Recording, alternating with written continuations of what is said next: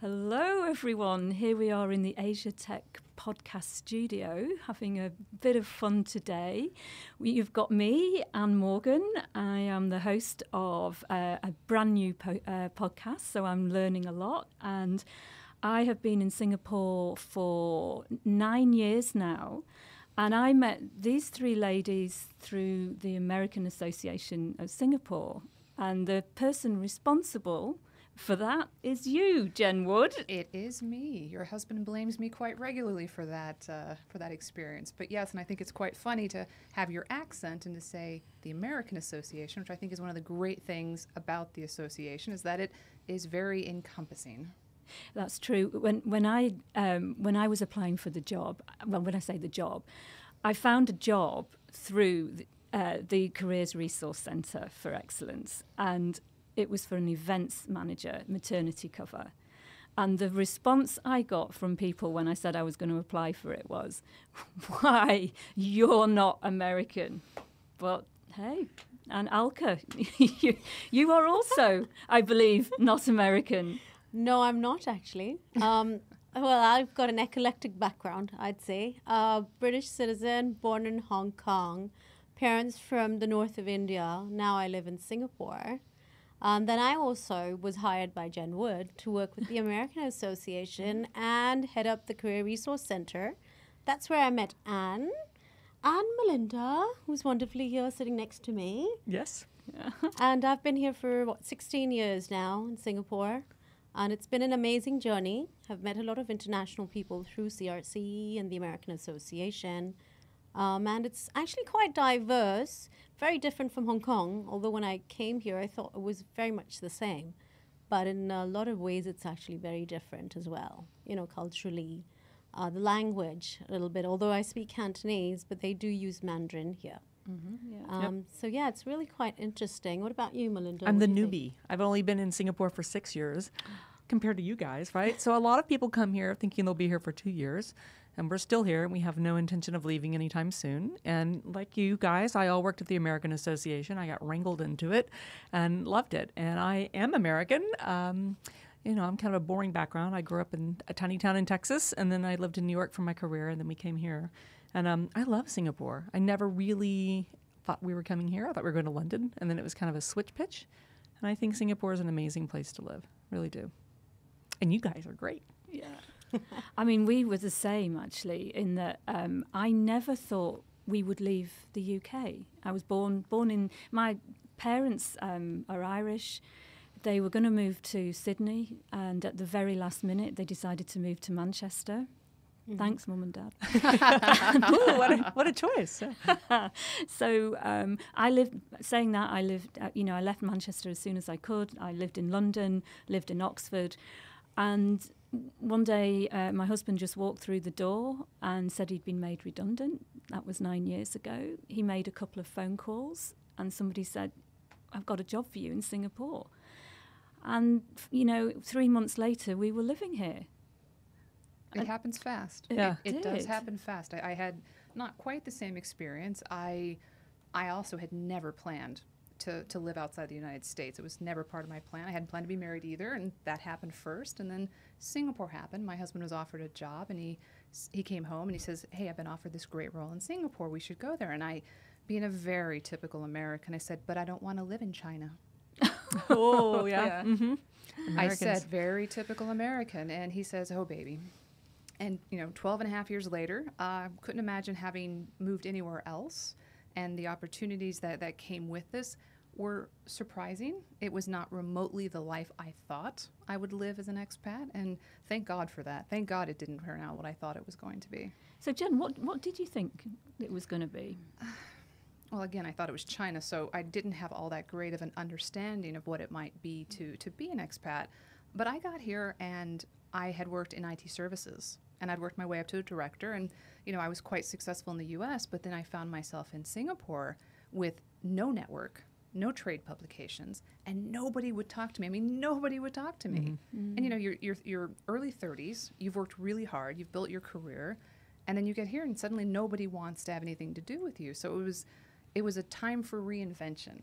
And I was a bit slow at it. I think the first 6 months I was a bit reluctant to to admit that it was not going to be what I thought it was going to be. My career was not going to continue in a natural way. And then I found the American Association.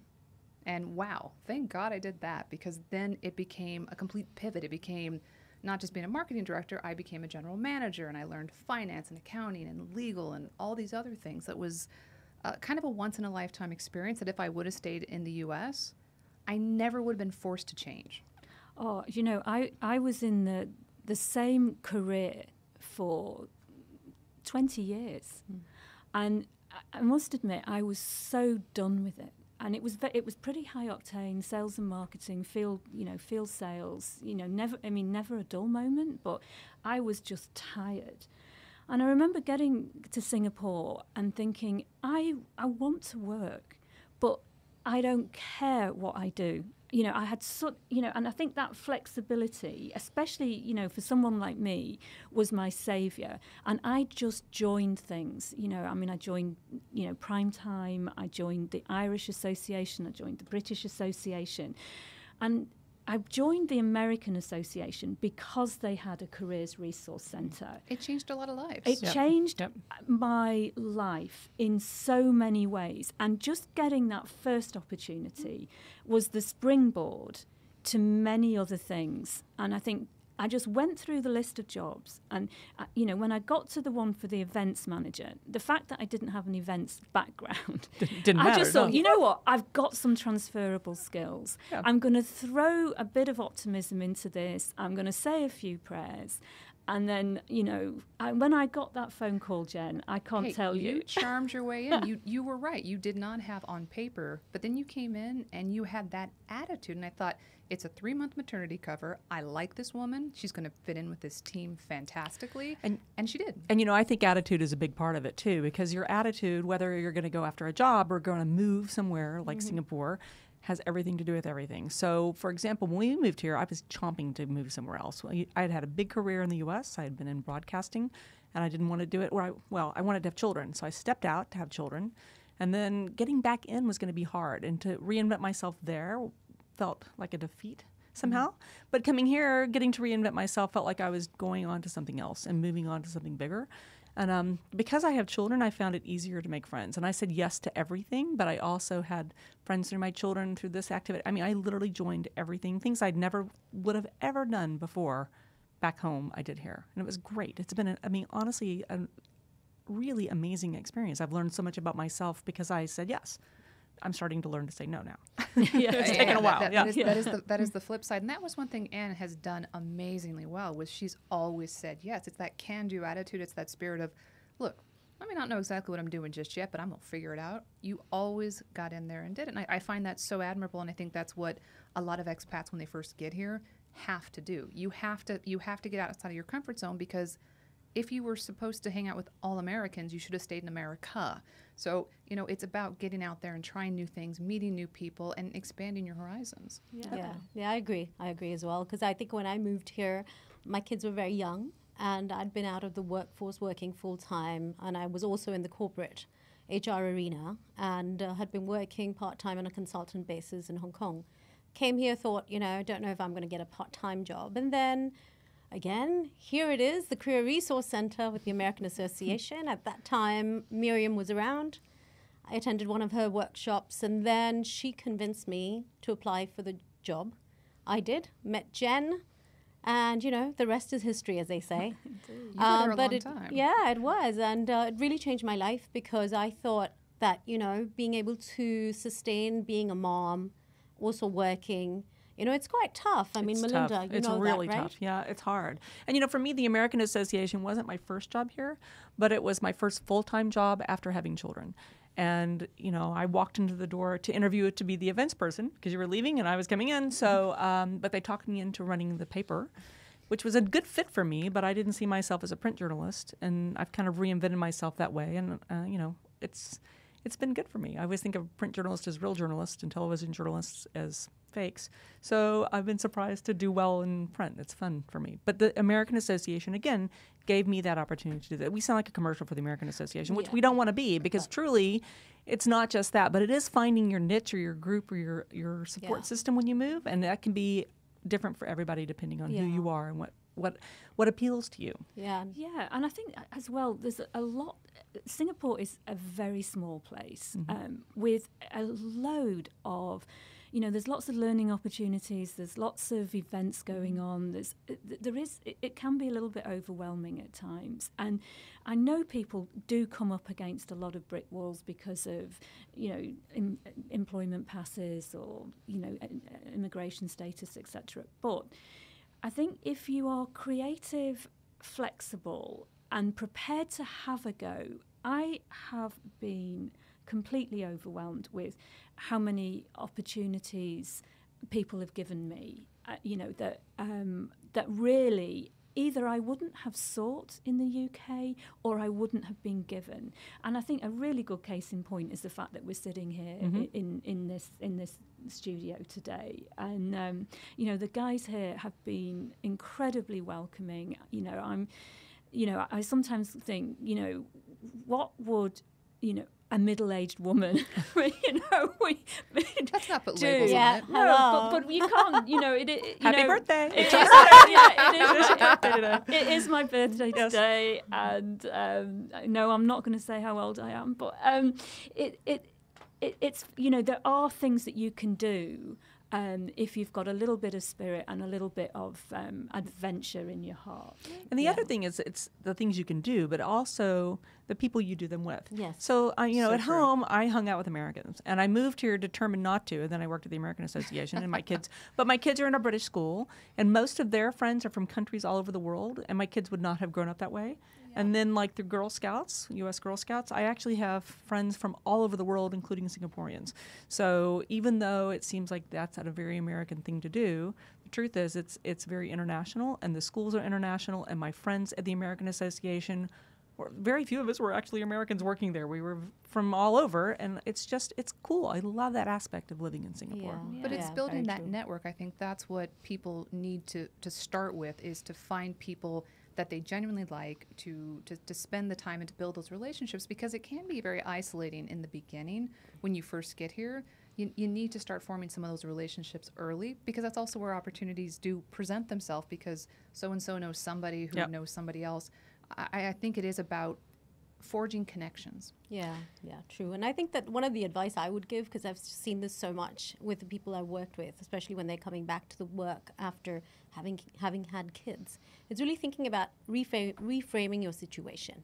Think about what you really want to do right now, given the current circumstances, and how are you going to do it? Because there's a lot of actually support that you can have locally as well. And, now there's a lot of support for moms and part-time moms, and companies are actually, trying to have programs like relaunch programs to get them back. So really looking at what's available locally, and organizations like Moms at Work and Career Navigators and those kind of organizations are really helpful. So I think it's just to think about what's your niche, what do you want to do? And Jen, you brought up your network and your friends. I mean, I also found it really weird that people became such fast friends so quickly. I thought it was strange. My friend Heather, who's still one of my best friends, I met her right off, and she's like, let's go do this. Let's go do that every day. And I thought, what is wrong with this woman? Doesn't she have any friends? Like, why does she want to ask me somewhere every day? And it's because I think when you're an expat, you make friends quickly, and then the sad part is that people leave. So you also lose your friends quickly, like Jen's leaving, which is sad. Yes, the question of repatriation after being abroad. Yeah, and Yeah, back that to is a America. interesting question. Jen, how are you feeling about going back? I think it's really mixed emotions. I mean, there's that part of me. I've been here 12 and a half years. So, I mean, not quite as long as some, but a healthy period. We had the same, look, baby, we're coming for 2 years, don't worry. And now 12 and a half years later is to be going back, leaving a life where I look around this room and I think, oh, wow, you guys are some of my nearest and dearest. That's hard. But I'm also thinking, I've been on this small red dot for 12 and a half years. So I am kind of looking forward to new horizons there. So I think that expat spirit can still happen in repatriation. Oh, well, that's true. Yeah. Although for me, I find now I'm a little panicked at the idea of moving home. To me, moving home seems like I won't fit in. Like even when I go home now and try to tell somebody about my weekend wherever I was, like hopping off to Indonesia because it's a short and cheap flight, for them it seems very exotic and I don't quite fit in with them. And I think it's, even though they're best friends of mine for many, many years, I don't quite fit in. So that is, for me, the question of repatriation seems harder than the first time I moved here. Yeah, I could definitely see that. I think that when I go back, I'll be editing myself a bit more. I think I'll be leading with maybe different aspects about who I am and what I've done. I think there will be a bit of editing that happens just naturally, because you don't want to start off with, hey, I was in Bali last month. Yeah. You know your audience. Yeah. Yeah. And I think one of the best ways to approach it is probably treating it like another expatriation. So, you're going back, but it's not going to be the same. So you need to go back with a strategy. And I'm not going back to what I left. So I'm not going back to the same city, the same state where I went. I'm actually going to be starting a new life in a new city and in a new state. So Which I think is easier than going back to where you were. I would Because I agree. hear a lot of people go back to their old homes, and while in their mind it's all stayed the same, but back home, everybody else has continued living, and 5 years have gone by, 12 years have gone by, and it's not the same. I think that would be extremely hard. I think that would be so for me, I think I have a softer landing because I am creating a new life in a new city, in a new state without. If I was going home to my hometown in Newton, Iowa, good Lord, no way. I mean, it would be too hard. It would definitely be too hard. So I think I have the softer landing. So Alka, if you ever left here and you moved home somewhere, your children were raised here and they're older now, right? Yes, so they what are. would that be like for them? Because this is home for them. Right, so that's a really interesting question, right? Because I've asked them often, do they like Hong Kong? My younger one doesn't remember it, but it does find it very exciting. So we just had the conversation the other day. He said that if we found a job later on, he wouldn't mind being there. But of course, Singapore has really allowed them to have a lot of friends that are multicultural, which I don't think that it would have been the same had we been in Hong Kong. They've been very fortunate to be in a really good school where they've met, I don't even remember how many different types of people they've met over the course. And now my oldest son's actually in the UK. And obviously he's with a lot more British citizens as well. But there is a little bit of the Asian touch, you know. So I think it's quite interesting, the kids that actually, you would know, because they actually become third culture kids, right? So my kids were 1.5 and 3.5 when we moved here. So for them, they romanticize what home is like. They think that the U.S. is like this great, amazing place. Because when we go, it's vacation, right? We're running around doing fun things and having ice cream every day. But that's not what life would be. No, it'd be very, very different. So yeah, that's a good point about the third culture Mm-hmm. children and what is home, what becomes home. Well, I think it's third cultural adults too. I was going to Yes. say, I like after a that. certain amount of time, I think you have to go through a process where Singapore is your home. And therefore, the idea of going home becomes very hazy because you're actually doing definitely doing another And actually, I repatriation. think Anne actually bring that point up is really interesting as well, Melinda, is because my oldest son went through national service. So that actually, I think, really changed his whole perspective because he actually got to meet a lot of local Singaporeans, and also people that have lived here from different parts of the world that actually flew in as well to do the national service, and it really gave him a bigger scope of what life would be like and to actually live a life that we as parents cannot or won't even do. Right. And so what people listening may not realize is what national service is. Yes. So you want to explain what that is? So now for Singapore, if you're a PR or a Singapore citizen, you actually have to go through mandatory military service. And that's usually for 2 years. If you're fit, you can actually cut it down to about 22 months. So the first 3 months is the basic military training. And then after that, they get placed into a vocation, depending on, various sort of aspects that they look at. And there's so many movies based on it. I'm saying that from boys to men. And in actuality, that's really what happens because a lot of them go in when they're about 18, or a little bit older. And then they really change dramatically over the course of time. And they mature tremendously, to be able to move on to the next phase of their life. But not all children go through that. So if you are a permanent resident, meaning that you have applied to live here for a long time, then your son must serve national service. And if he doesn't, then you're not allowed back into the country. But if you are a person like me who's just living here, then my son does not necessarily have to do that. So for somebody who's listening in England thinking about moving here, that's just an aspect that you need to think It's a about. good point. That's a very good point, And most people don't pursue the permanent residence. Yes. That they're here for A stint. Yeah, just a stint. I like that. Yes. And I wanted to just throw out there as well, we've talked a lot about expat life, or and that comes with its own definitions and its own challenges. But what about assimilating into Singapore, away from all of the expat organisations and trappings, and actually getting involved with the local community? So I find many women I know who don't work kind of hang out with expats. They go play tennis and they have lunch and they have a lovely life. It's a lovely life. But I find the women I know who work seem to do more with Singaporeans. I do a lot with Singaporeans because, again, I said the Girl Scouts, which sounds goofy, but there's a lot of Singaporean Girl Scouts. Even though they have the Girl Guides, there are Girl Scouts. And so most of my Singaporean friends have actually come, we go camping together and do things that you would not normally do, which is kind of cool.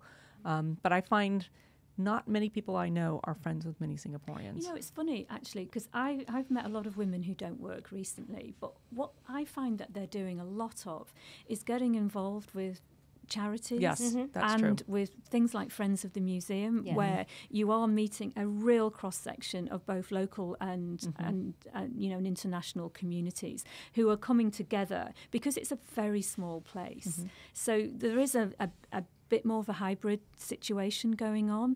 But I'll be honest, the best introduction I got to local people was through running. And I used to have a lot of fun running after young men, basically, because they were... wait, I was married when you got here? I'm confused. So. I was in... when I got here, I joined a local running group, and at the time, not many women ran. I mean, it's changed now.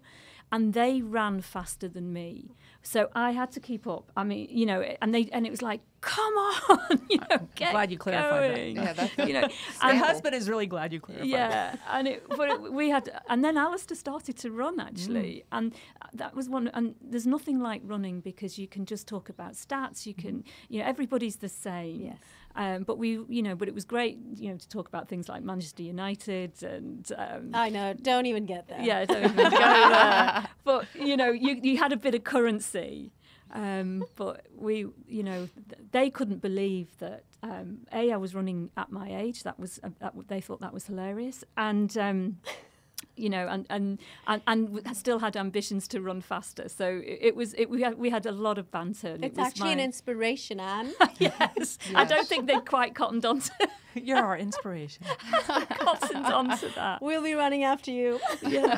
Oh dear. Yeah, but those are you can find your way in areas that you are comfortable with and things that you enjoy doing, and getting involved with community centres and right. So it's not just a career, and it's not just your children. You can find things, and I think that's important that you find things outside of your career, outside of your children, for you.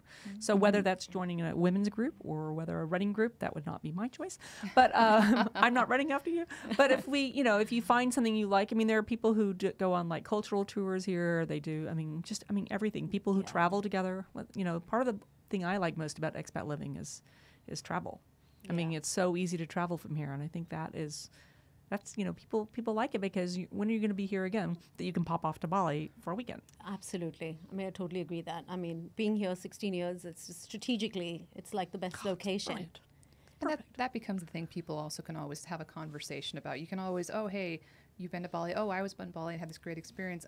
That's like when you're talking about with your running group, you could talk about stats as that currency. I think expats, we've all traveled. We've all had different experiences. We all have funny stories. Yeah, we trade travel stories like some people trade recipes. Yes. Which is, it sounds like we're bragging, but we're not, because it's very inexpensive to travel within Asia. And so for us, because you're living here, it's your one chance, you're able to do that. But again, when you go home, you're going to have to edit that because people at home won't quite get that. Totally. No one at home is interested in your, beautiful Hollywood beaches or, dream vacations and 5-star hotels and things like that. That is of no interest. They go, oh, that sounds great. And then that's it. Again, it's editing to your audience and figuring out how to have commonality. I think that with when we talk about networks and friends and local versus expat, I think it's about finding those commonalities, whether it's a running group, whether it's a travel group, whether it's fill in the blank. It's about finding the commonalities because really people have a lot more in common than they have differently. My mother used to say you could find something to like about everybody if you just looked hard enough. So I think that that's true of the expat life. You're going to find something with anybody you talk to that you can find in common. If you just look hard enough. Yeah, Exactly. I think that's true actually even with the local people wherever you move to. Yeah. I mean, that's saying, for me, I think it resonates with anybody. If you find we can always find something in common. It's really about opening up our own perception as well. Yeah, and not hiding yourself. I think so many people that I meet are so frightened to let it all hang out, so to speak. But if you just share everything you've got, don't have any secrets, which is my problem, really. But I mean, if you open up yourself, then people are more likely to open themselves up to you as well. Well, people respect and understand authenticity. So I think when you're really straightforward with people, they respond in the same way. And they'll tell you things they didn't plan to tell you. Yeah, and I think that's a lovely place to end this conversation. Be flexible, be open, be authentic. Enjoy your time. You don't know how long you're going to be here. Make the most of it. But just reach out, because there is a great support network for you. And Singapore is just such a lot of fun if especially if you find something that you really love doing. That's right. Absolutely. Absolutely. Like the four of us. Yes.